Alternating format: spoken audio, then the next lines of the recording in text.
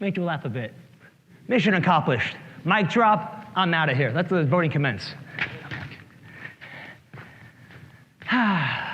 Wow. You know, we human beings, we love to laugh, and we love to smile, and we love to be joyful. And then there's a special power that some people have that are able to bring that forth from others. After I post a video, sometimes I get questions like, what, the cops didn't arrest you?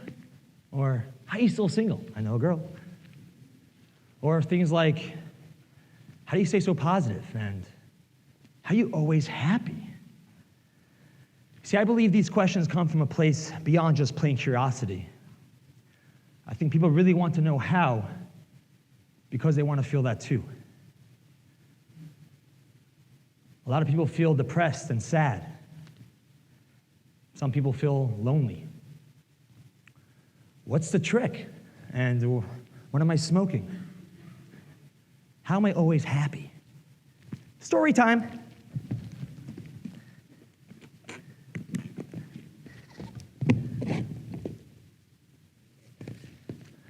It's one of my favorites.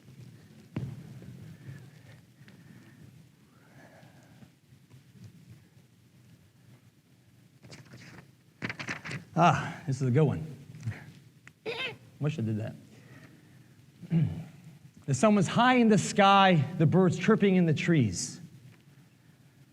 The townspeople were running to and fro, busy as bees. That's all I got. A young man entered the town, an unfamiliar face, and he made his way straight to the rabbi's house.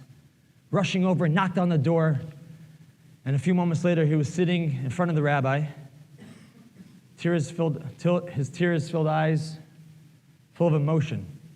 And after a few moments, he composed himself and he said, Rabbi, for the past few months, I've just found myself in a very deep, dark place. I've been trying to busy myself with family, with friends, with work, but it's all become a burden now. All the things I enjoyed in my life had just become burdens, and I'm drowning. I'm in a state of depression and sadness that I've never felt before, and Rabbi, I need your help.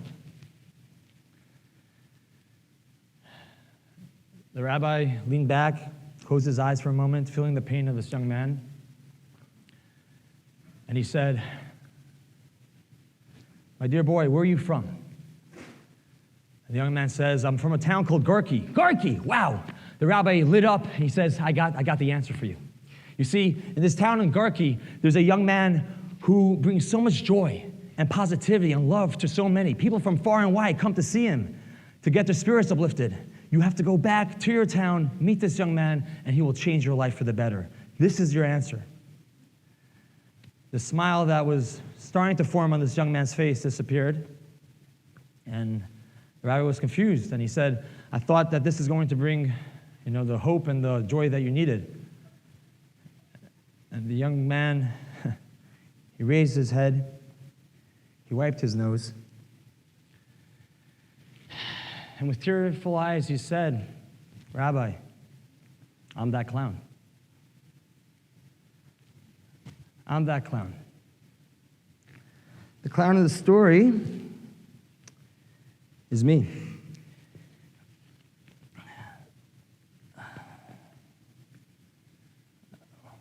You see, when I was 13 years old, I was the top of the world. I was the most popular kid in school, and I enjoyed school. I made trouble, but I enjoyed the process. I loved it. I loved gym. There were girls in my class, top of the world. And then it came 8th grade, and being that I was enjoying class and all the extracurricular activities too much, my parents shipped me off to Muncie. And over there in an old boys boarding school, there was no gym, there was no girls, there were no extra activities to self-express. And quickly I found myself in a place that I wasn't familiar with. And I was youngest in the school, and I was just trying to find my spot, my place in all this. It felt like a really black and white sort of world, and I was this out-of-towner, full of color, and just over some time, I was in a dark place that I never experienced. I became the butt of many jokes. I was bullied verbally and physically, and I just lost my appetite, didn't engage with other human beings, and slept in most of the time.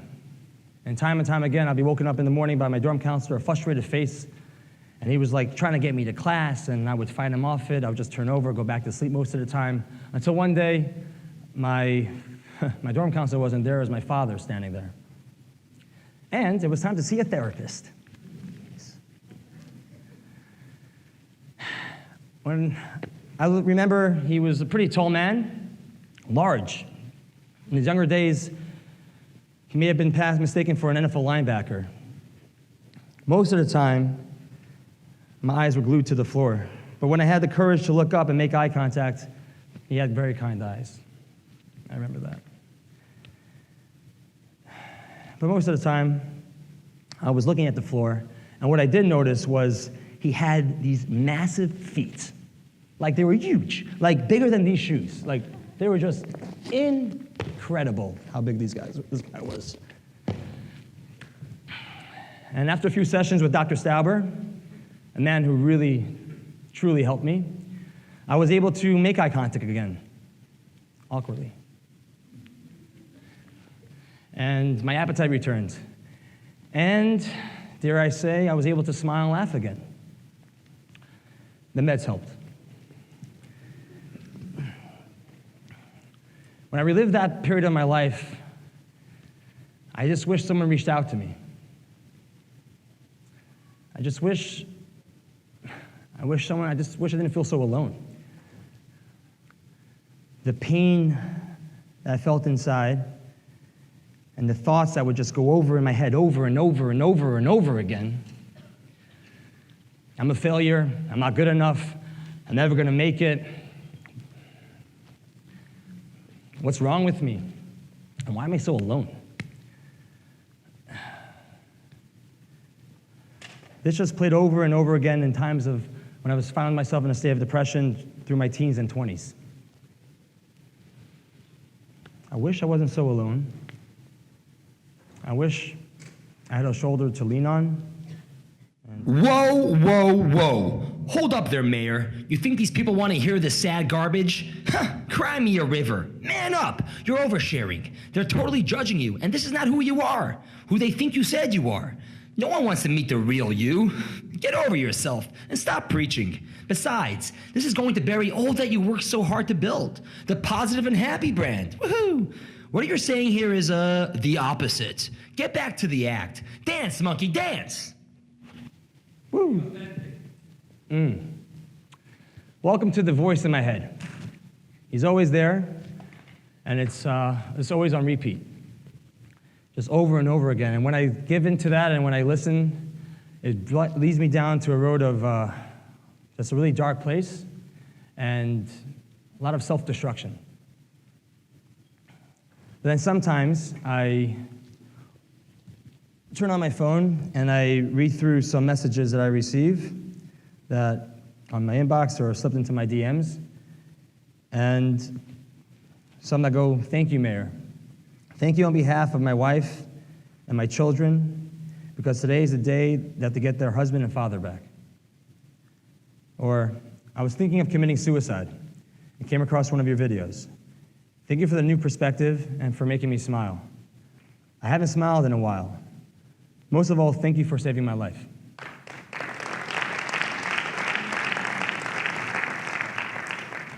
You suck, dirty hipster. Get a real job. Haters will hate. I get that too. and I get some that say, "How are you always so positive? And how are you happy all the time?"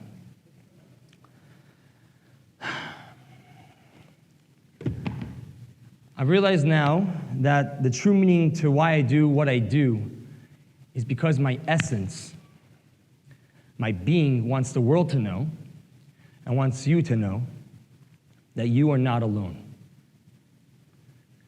That you are not alone. Meir, you are not alone. I know what pain is, and I know I know how to take that pain and turn that into suffering, and then take that suffering, tie a little knot around my ankle, use it as a weight, and let me drown the waters of depression and sadness into very, very dark places. I know the world of it. And for some time, I had thoughts of just ending the pain, just getting out.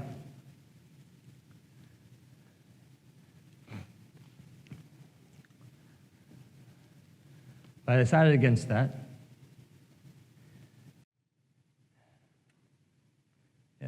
I decided against that. And then I rediscovered new passions of mine: human connection, video creation, performing.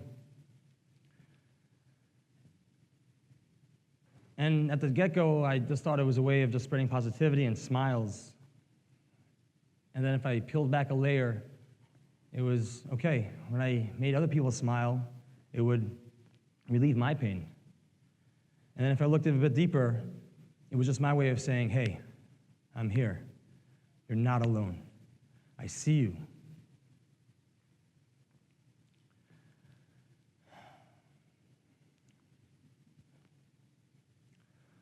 So the question is, like, what's next?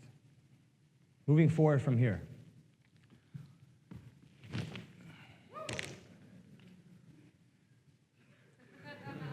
Start throwing the dollars anytime you want. I mean, 4 pairs of clothing right there, that's $20 a pop. What's next from here is I will continue to spread smiles and positivity through video, through being on stage, whether it's in the park, one-on-ones, mentorships, always in the game of self-development. I'm committed to being authentic, living a life of authenticity, living a life of purpose. And now you know why. Because I felt so alone. And I picked that up, and I see so many people alone, just living their life, and they could be surrounded by so many people and loved. And they just feel so alone. Here in this room, sitting next to you could be someone, most probably someone, who feels alone. And I'm here to say you're not alone. You're not alone. I was asked, how do I always stay happy? And I would give a generic answer, like, it's all about a positive perspective, or, it's all about looking at the glass half full. And those are all true. I do believe that. But at the same time, it wasn't the whole truth. Where I thought my intentions were good, it would mislead people into thinking that these goals are attainable, in the sense that human beings can always be happy and can always be joyful, and that's it. That's possible. And from my experience, being a human being is a roller coaster, and it's the ups and downs. And it's okay to be sad, and it's okay not to be in a great mood. And it's great to be in a happy mood. The relationships that I have with my emotions have shifted and changed, and that the way they come to me are just like visitors. They come in, they hang out for a bit, and they go. And that's awesome. And so when I look back at those periods of my life and those chapters, they're not weights that drag me down to dark depths in the water, but rather just stepping stones that help me define the person that I am today. And for that, I'm grateful.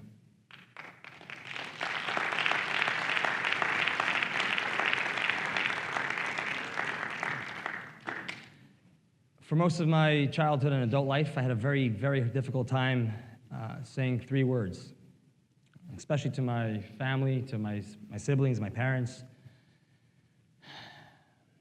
Make me a sandwich. I'm kidding. That's 4 words, then I'll say please. I love you. And tonight, in front of all of you, I want to say, I love you. I love you. I love you. It's a very powerful word. And I know what I'm saying. And to be in tune with that, and to acknowledge the people around us, to acknowledge ourselves, and create this space of connection, that's the most important. Because the world is our dance floor. The world is my dance floor. And I'm here to dance. I'm here to dance with all of you.